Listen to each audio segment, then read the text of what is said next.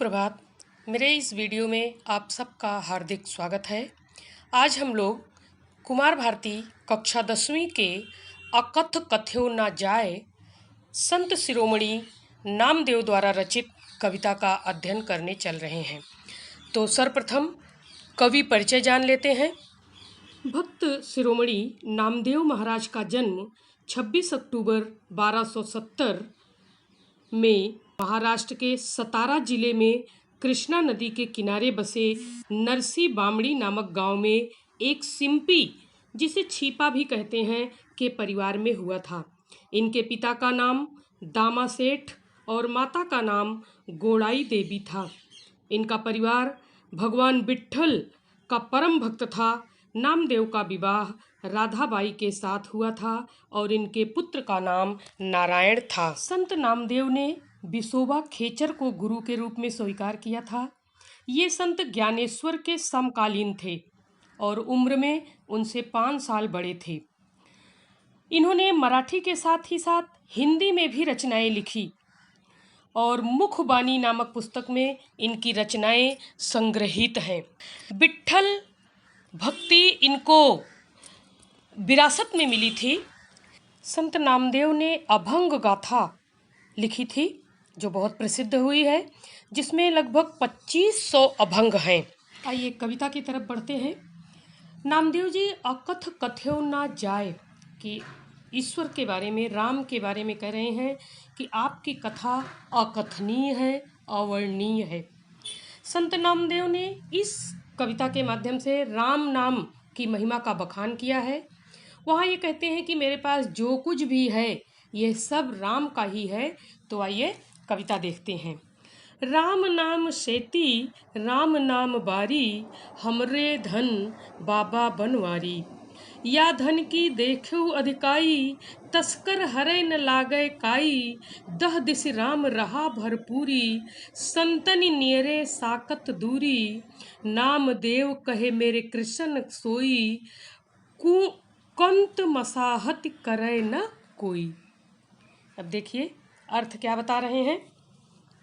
कवि यहाँ कह रहे हैं कि जो कुछ भी है वो ईश्वर का ही है, राम का ही है। और कवियों को भी आप लोगों ने देखा होगा कि वे अपने अपने इष्ट देव की ही प्रशंसा किया करते हैं। जैसे कबीरदास निर्गुण ब्रह्म के उपासक थे, तो उन्होंने कहा कि लाली मेरे लाल की जित देखूं तित लाल। मीरा कृष्ण को मानती थी, तो वो बोली कि मेरे तो गिरधर गोपाल। तो यही अपने इष्ट देव संत नामदेव भी विट्ठल को मानते थे और विट्ठल को यहाँ पर राम का नाम देकर उन्होंने राम नाम की महिमा का बखान किया है। अब हम लोग अर्थ देखते हैं।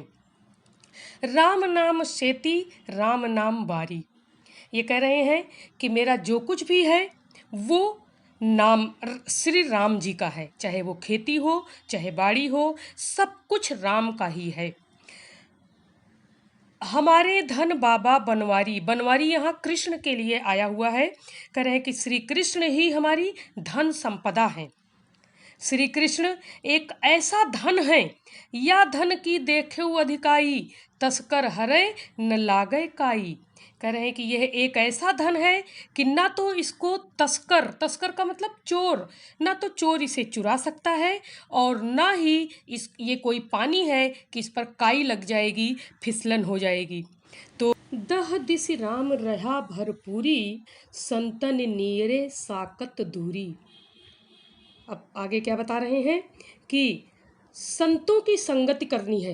अगर हम राम का नाम लेते हैं तो हमें संतों का ही साथ मिलेगा और साकत दूरी, दुष्टों से हमारी दूरी बढ़ जाएगी। हम सदैव साधु संतों के समीप रहेंगे। नियरे का मतलब होता है समीप में रहना, पास में रहना। और दह दिस राम रहा भरपूरी, और जिसके कारण साधु संगति, साधु संतों की संगति के कारण 10 दिशाओं में राम के नाम को पाया जा सकता है। अब 10 दिशाएं कौन कौन सी हैं? पूरब, पश्चिम, उत्तर, दक्षिण, और फिर 4 कोने जिनके नाम हैं ईशान, आग्नेय, नैऋत्य, वायव्य, और ऊपर और नीचे, धरती और आकाश। ये 10 दिशाएं हैं। तो कह रहे हैं कि 10 दिशाओं में मैं अपने राम को ही पा सकता हूँ। नामदेव कहे मेरे कृष्ण सोई, कंत मसाहत करे न कोई। आगे क्या बता रहे हैं संत नामदेव कहते हैं कि जब तक हमारे कृष्ण मेरे साथ हैं, कहीं पर उन्होंने उनको राम के नाम से संबोधित किया, कहीं कृष्ण के नाम से संबोधित किया, और वो कह रहे हैं कि जब तक हमारे साथ कृष्ण हैं तब तक कंत मसाहत करे न कोई। मसाहती का मतलब संदेह, कोई संदेह नहीं है कि हमारा कोई भी नुकसान नहीं कर सकता या मेरे मार्ग में किसी भी प्रकार की कोई रुकावट नहीं आ सकती। अगर मेरे ईश्वर मेरे साथ हैं, मेरे राम मेरे साथ हैं, मेरे कृष्ण मेरे साथ हैं, तो मेरे मार्ग में किसी भी प्रकार की कोई बाधा उपस्थित नहीं हो सकती है। आगे बढ़ते हैं। राम सो नामा नाम सो रामा, तुम साहिब मैं सेवक स्वामा। हरि सरवर जन तरंग कहावे, सेवक हरि तजी कहू कंत जावे। हरि तरवर जन पंछी छाया, सेवक हरि भजी आप गंवाया।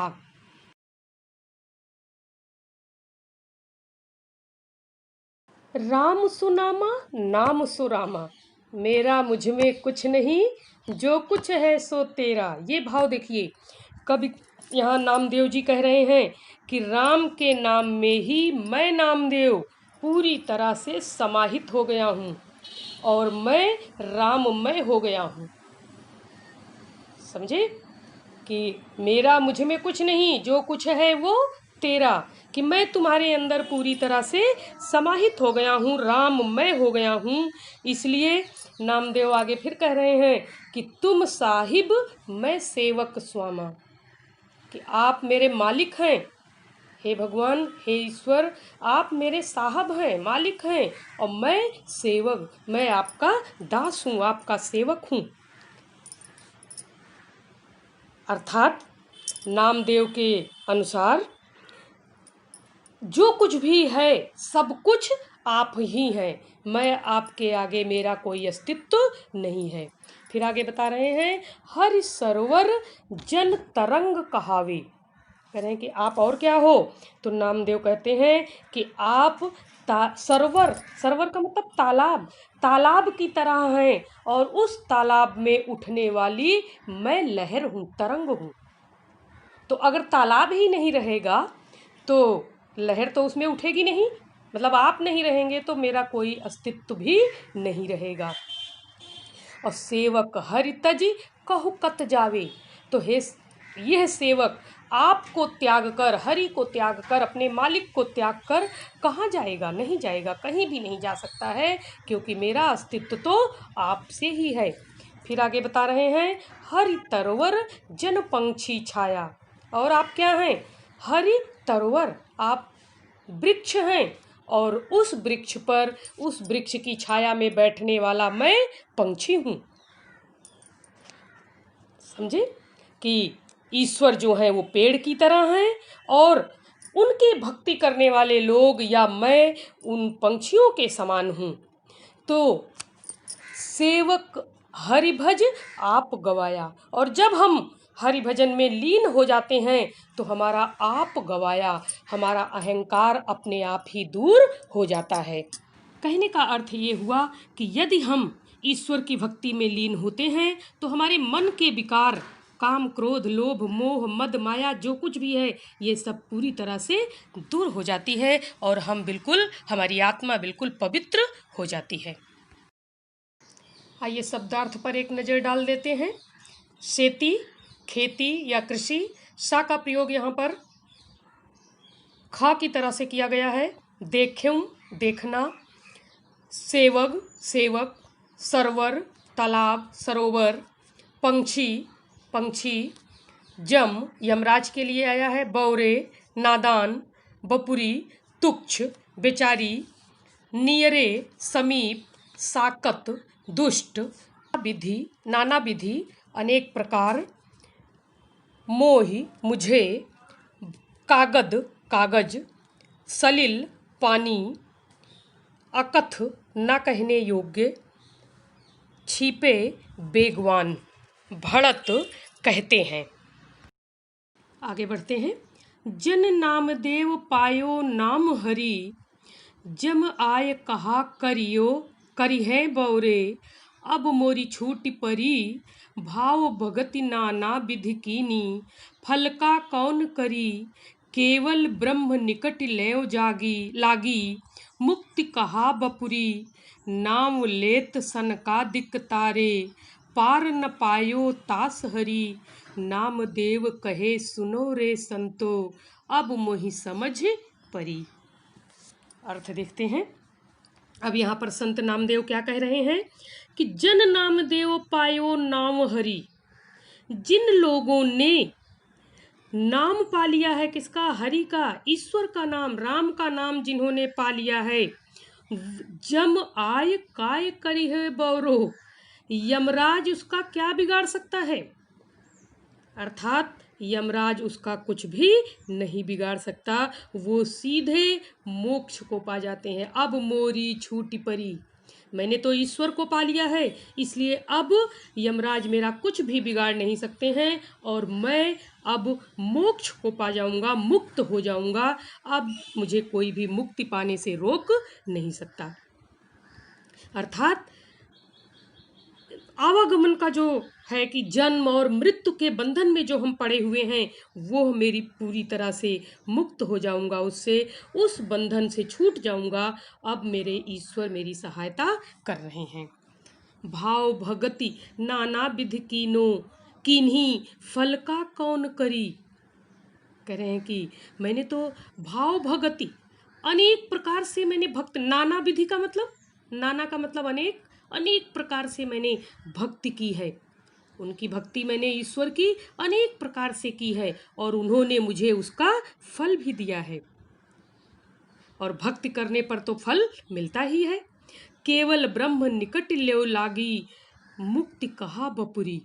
केवल ब्रह्म निकट ल्यो लागी, कह रहे हैं कि जो ईश्वर के निकट चला जाता है वो तो निश्चित ही मुक्त हो जाता है ना, उसे तो मोक्ष मिल जाता है।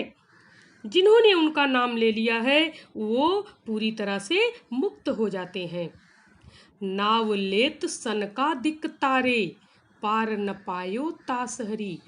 तो सनकादिक कुमारों का नाम लेते ही ईश्वर ने उन्हें मोक्ष प्राप्त करवा दिया था। तो उनकी महिमा को अब मैं समझ गया हूँ, जान गया हूँ। अब मैं पूरी तरह से समझ चुका हूँ कि अगर ईश्वर का नाम मैं लेता हूँ तो मुझे निश्चित ही मुक्ति मिल जाएगी, मेरा उद्धार हो जाएगा। आगे बढ़ते हैं। राम नाम जपिबो, श्रवणनि सुनिबो, सलिल मोह में बही नहीं जइबो, अकथ कथ्यो ना जाए, कागद लिख्यो न माय, सकल भुवनपति मिल्यो है सहज भाय, राम माता राम पिता राम सबे जीवदाता, भड़त नाम ही छिपे, कहे न पुकार गीता। देखिए अब यहाँ पर क्या कह रहे हैं, राम नाम जपिबो श्रवणै सुनिबो। संत नामदेव जी यहाँ पर कह रहे हैं कि मैं तो राम का नाम ही जपूंगा और उन्हीं को सुनूंगा भी, उनकी स्तुति का गान करूंगा और उन्हीं की स्तुति को सुनूंगा भी। सलिल मोह में बही न जइबो, और जब मैं ऐसा करूंगा तो क्या होगा कि सलिल मोह, सलिल का मतलब जल, और मोह, मोह रूपी जो जल है, यहाँ पर रूपक अलंकार हो गया है, कर्मधारय समास, कि मोह रूपी जल में मैं बह नहीं पाऊंगा, मुझे वो बहा नहीं पाएगा, उसमें मैं फंस नहीं सकता। जो ये माया मोह का बंधन है इसमें मैं फंस नहीं सकूंगा अगर मैं उनके नाम की स्तुति को सुनूंगा और उन्हीं के नाम की स्तुति को गाऊंगा। अकथ कथ्यो ना जाए, अकथ कथ्यो ना जाए, एक आपने सुना होगा कबीरदास ने कहा है, सात समंद की मस करूं, लेखन सब बन राय, धरती सब कागद करूं, तव हरि गुण लिखा न जाए। वही भाव यहाँ पर भी है कि अकथ कथ्यो ना जाए, ये सब कुछ कर डालो, सात समुद्रों की स्याही बना लो, पूरे जंगल को लेखनी बना लो, कलम बना लो, धरती को कागज का रूप दे दिया जाए, तो भी हरि के गुण को लिखा नहीं जा सकता। तो यहाँ पर भी नामदेव जी भी कह रहे हैं कि राम नाम की महिमा जो है अकथनीय है, अवर्णनीय है, उसे कहना और लिखना संभव नहीं है। कागद लिखो न माय, कागज पर लिख नहीं सकते हैं। सकल भुवनपति मिलो हो सहज भाई। राम जी जो हैं वो सारे संसार के मालिक हैं, भुवनपति, पूरे पृथ्वी के पति हैं, पूरे पृथ्वी के मालिक हैं। राम माता राम पिता राम सबे जीवदाता। आपने और एक संस्कृत का श्लोक सुना होगा, त्वमेव माता च पिता त्वमेव बंधु च सखा त्वमेव। वही भाव यहाँ भी है कि राम ही हमारे माँ हैं, हमारे पिता हैं और पूरे जीवों की रक्षा करने वाले, उनको संसार को देने वाले वही राम हैं, जो सभी को बड़ी सहजता से ही, सरलता से मिल जाते हैं। वो राम हैं जो कि हमारे सब कुछ हैं। तो ऐसे उन राम को पाने के लिए हृदय से पुकारना पड़ेगा। हमारा हृदय बिल्कुल पवित्र करके अगर हम उनको पुकारेंगे तो हमारी मदद के लिए सदैव उपलब्ध रहेंगे और सदैव आ जाएंगे। तो ऐसे राम का वर्णन अकथनीय है, अवर्णनीय है। मुझे पूर्ण विश्वास है कि आप लोगों को अर्थ समझ में आ गया होगा। यदि कहीं कोई कठिनाई होती है तो आप दोबारा वीडियो को देखिए और फिर से समझने की कोशिश कीजिए। अब हम लोग कृतियों की ओर बढ़ते हैं। तो सबसे पहली कृति है पद्य में इस अर्थ में आए हुए शब्द। तो पहला शब्द है जल, जिसके लिए शब्द आया है सलिल। कान, श्रवण, वृक्ष, तरवर और दिशा के लिए दिशि। अगली कृति की ओर बढ़ते हैं। सूचना के अनुसार कृतियाँ कीजिए। संत नामदेव का ईश्वर के साथ रिश्ता इन उदाहरणों द्वारा व्यक्त हुआ है। तो यह आ गया पहला, राम ही नामदेव तथा नामदेव ही राम, राम साहिब नामदेव सेवक, राम सरवर नामदेव तरंग, राम तरवर नामदेव पंछी। अगला है पद्य में प्रयुक्त कृष्ण के नाम। तो पहला बनवारी और कृष्ण, दो नाम आए हुए हैं यहाँ पर। नामदेव जी द्वारा दी गई सीख। तो पहली सीख है राम का नाम जपो और सुनो। दूसरी सीख है भौतिक सुखों से दूर रहो। अगले वीडियो में पुनः मिलने का वादा करते हुए मैं आपसे विदा लेती हूँ। धन्यवाद।